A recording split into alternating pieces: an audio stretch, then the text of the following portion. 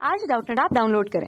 Doubtnut पर अपने सभी गणित, रसायन विज्ञान, भौतिक विज्ञान और जीव विज्ञान के डाउट्स का करो सफाया। बस प्रश्न की फोटो खींचो, एक ही प्रश्न को क्रॉप करो और तुरंत वीडियो सोल्यूशन पाओ। अभी डाउनलोड करें। प्रश्न दिया 88,226 रेडियम जो है 82,206 लेड में परिवर्तित होता है रेडियो एक्टिव क्षय होने पर। तो हमें यहाँ पे अल्फा और जो ऋणात्मक बीटा कण उत्सर्जित होंगे उसके मान बताने हैं और यहाँ पे हमें 4 विकल्प दिया गया है। तो आइए हम लोग इस प्रश्न को हल करते हैं और देखते हैं कि कौन सा विकल्प जो है सही होगा।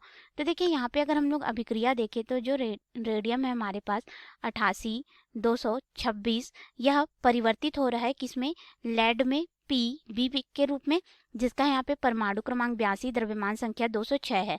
तो यहाँ पे कुछ ना कुछ अल्फा कण निकलेंगे।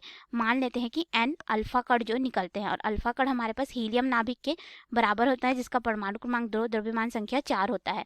और यहाँ पे हमारे पास ऋणात्मक बीटा कण उत्सर्जित होगा। ठीक है, तो हम लोग मान लेते हैं कि जो बीटा कण उत्सर्जित हो रहा है वह m है, जो कि हमारे पास यहाँ पे ऋणात्मक बीटा कण है, अर्थात ये हो जाएगा ऋण 1 और 0 के रूप में। अर्थात जब बीटा कण उत्सर्जित होगा तो क्या होगा कि तत्व के परमाणु क्रमांक में 1 की वृद्धि होगी, द्रव्यमान संख्या अपरिवर्तित रहेगा।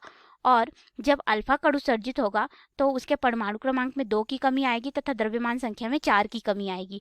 तो इसके अनुसार अगर हम लोग यहाँ पे देखें कि अल्फा कण कितने उत्सर्जित हो रहे हैं, तो सबसे पहले हम लोग अभिक्रिया के दोनों तरफ यानी कि जो हमारा समीकरण है उसके दोनों तरफ देख लेते हैं कि परमाणु क्रमांक में कितने का अंतर आ रहा है। ठीक है, तो हमारे पास यहाँ पे परमाणु क्रमांक है 226 और इधर हमें प्राप्त हो रहा है 206 और हम लोग मान लेते हैं कि यहाँ पे 4 की कमी होगी तो 4 n अल्फा कण हमारे पास निकलेंगे। ठीक है, अब हम लोग यहाँ पे n का मान निकालेंगे तो इसको इधर पक्षांतर कर देंगे और घटा देंगे तो हमारे पास यहाँ पे 20 आ जाएगा, जो कि बराबर हो जाएगा 4n के, यानी कि अल्फा कणों की संख्या मिल जाएगी हमें 20/4 के रूप में। तो ये कितना हो जाएगा 5। अर्थात हमारे पास यहाँ पे अल्फा कण जो है कितने उत्सर्जित होंगे, अगर देखें तो अल्फा कण हमारे पास यहाँ पे 5 हो जाएंगे।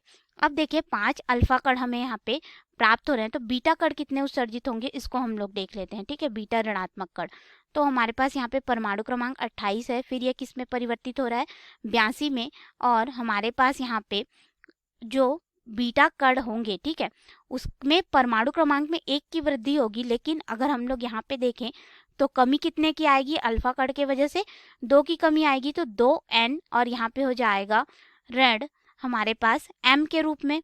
अब हम लोग यहाँ पे मान रखेंगे तो देखिए हमारे पास मान किस तरह से हो जाएगा, इसको हम लोग इधर लाके घटा देंगे तो ये हो जाएगा 6 बराबर हो जाएगा 2 और n का मान हमें मिल चुका है 5 अल्फा कण है तो 5 ऋण यहाँ पे हो जाएगा m। अब हम लोग m यानी कि बीटा कणों की संख्या निकाल सकते हैं, ये 10 हो जाएगा और इसको इधर पक्षांतर कर देंगे, इसको इधर, तो हमारे पास यहाँ पे m बराबर क्या हो जाएगा, अगर देखेंगे तो 10 में से 6 घटेगा तो 4 बीटा ऋणात्मक कण आएंगे।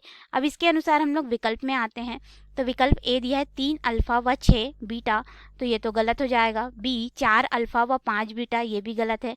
सी 5 अल्फा व 4 बीटा ऋणात्मक कण, यानी कि सी विकल्प सही होगा। डी 6 अल्फा व 6 बीटा ऋणात्मक कण, तो ये गलत है। अर्थात हमारा यहाँ पे सही विकल्प जो है सी विकल्प होगा। धन्यवाद। कक्षा 6 से 12वीं से लेकर नीट, IIT, JEE वो एडवांस के लेवल तक 1 करोड़ से ज्यादा छात्रों का भरोसा। आज ही डाउनलोड करें डाउटनेट ऐप या व्हाट्सएप करें अपने सारे डाउट्स 8400 400 400 पर।